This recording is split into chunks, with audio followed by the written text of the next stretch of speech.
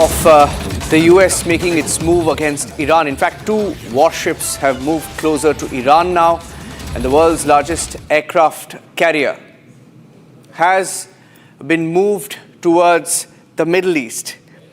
In fact, in the last few weeks, there has been a build-up while a negotiation also continues between the US and Iran. And these talks have been ongoing in Oman, and despite the talks which are underway, there is an attempt to put pressure on Iran.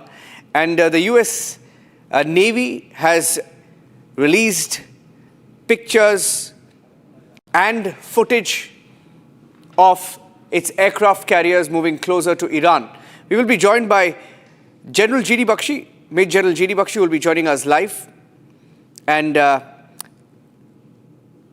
these are pictures that are coming in. Two videos that came in of these aircraft carriers moving towards Iran in the last 24 to 48 hours. They have started moving from the Caribbean, and they will be moving towards the Middle East. This is what the Trump administration has confirmed. US President Donald Trump has warned Iran in the last 24 hours of very traumatic consequences if it fails to make a nuclear deal. And his administration has also ordered the world's largest aircraft carrier to sail from the Caribbean Sea to the Middle East. And this is the USS Gerald Ford. And this has been reported in the last few days. And they will now put two carriers and their accompanying warships in the region as Donald Trump increases pressure on Iran to make a deal over its nuclear program. As also reported by the Associated Press that the movement has begun. The USS Abraham Lincoln aircraft carrier and three guided missile destroyers have arrived in the Middle East more than 2 weeks ago.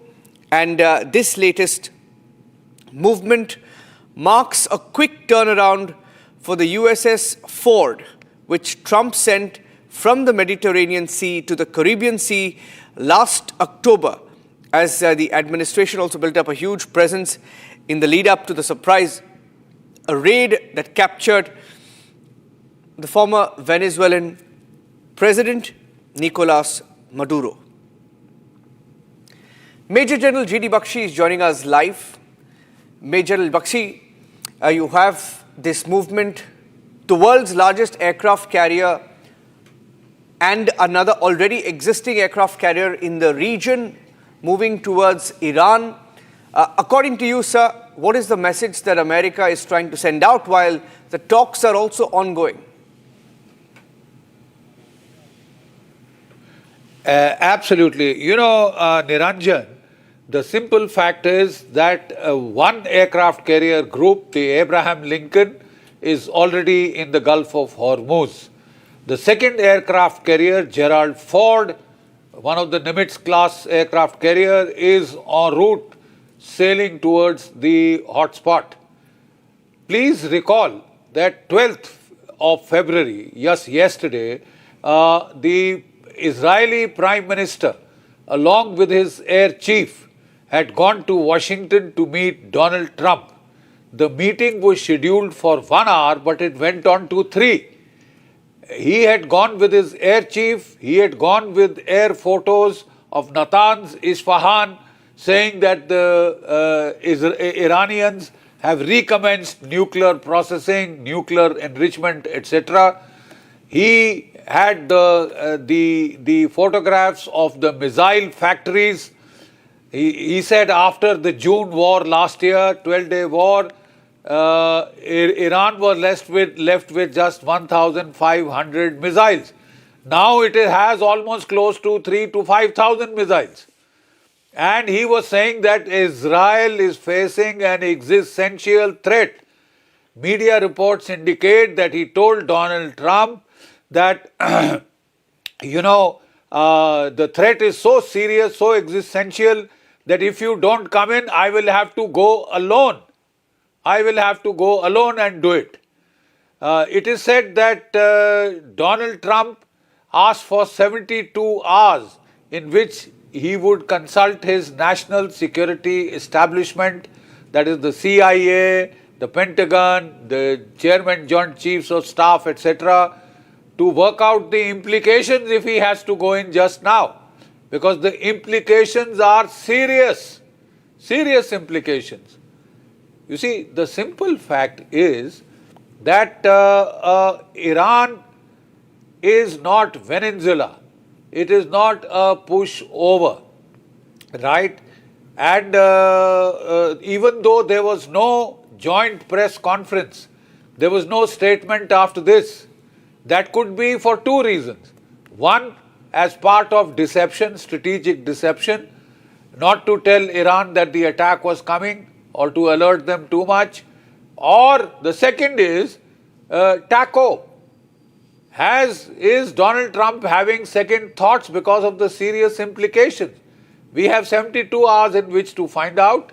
Where, in the interim, he is building up military pressure, posturing. Now, let me tell you what could be the implications if there are three options for the United States now. Option 1, scenario 1, they tell Israel to go ahead alone, like it had done in June last year. And then at the very end, America would come in to bomb the nuclear facilities. And he repeat the June tamasha of last year, where there was a bit of a Noora Kushti between, staged tamasha between the Iranians and the Americans. They told the Iranians, empty out Isfahan, we are going to hit it. They hit it, and then the Iranians told them, empty out Abu Udaid Air Base, we are going to hit it. Both of them hit each targets and they got off ramps. Iran this time has said that it is now facing an existential threat from the Israel-America combined, and even if there is a limited strike, it will respond full on. It will go all out, all guns blazing. So the second option is that if Donald Trump chickens out, then they will engage in long, extend these negotiations for 2, 3, 4, 5, 6 months.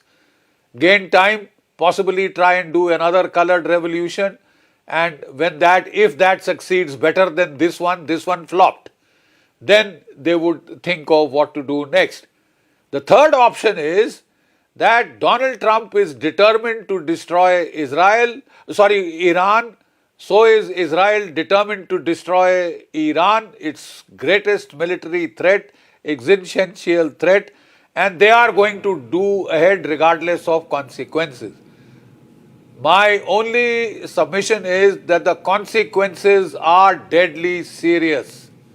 Deadly serious. Even if Iran has 3,000 missiles, there are reports that it has built up an arsenal of 5,000 missiles. It will use short-range tactical ballistic missiles and cruise missiles to attack American bases in the Middle East. It will fire off about 1,000 to 1,500 medium-range ballistic missiles on Israel. Please don't forget that Israel has very restricted land area.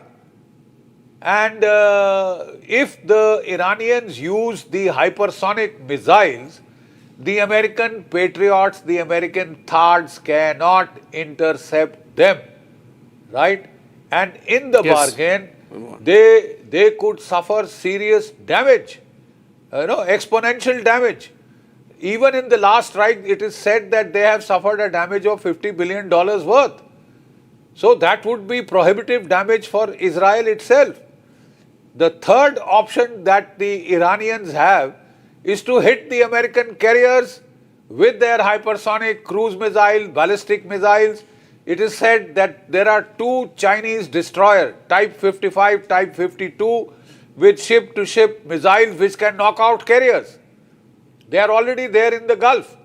The Iranians have enough such missiles to be able to try and sink one of the American carriers. On the Abraham Lincoln, there are 5,000 American sailors. Even if half of them get hit, God forbid, they will be held to pay in the United States. It's a midterm election year. So the challenges are serious. This is not Venezuela that you can, trample all over it. The Russians and the Chinese did not interfere in Venezuela because that is America's backyard. It would be militarily foolish to take a panga there. But Iran is nobody's backyard. Not the United States, it is equally the backyards of the Russians and the Chinese. Chinese get 30% of their oil supplies from Iran.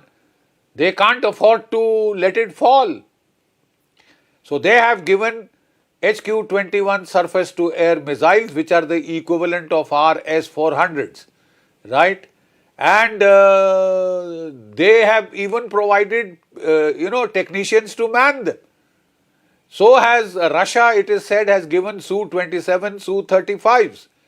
And they are prepared to sell the Su-57 to the Iranians. So it will not be a cakewalk. Yes, America is technologically far superior. The American-Israeli combination is daunting. UK, France, etc. These countries will also jump into the fray. But Iran's strategy has always been, we'll go down, but we'll take you down with us. We know we will lose, but we will cause such heavy damage that if the worst comes to worst, we will block the Straits of Hormuz, block the global oil trade, send the price of oil skyrocketing to almost $150, $200 a barrel, torpedo the global economy, including that of the United States. Donald Trump's popularity ratings are already slipping to below 40%. Chal Bakshi. Yeah. Chal Bakshi, just getting in a breaking news update, sir. I sorry to interrupt you there, but I have to quickly go across to this because we've had another big aviation emergency. I'm going to get you those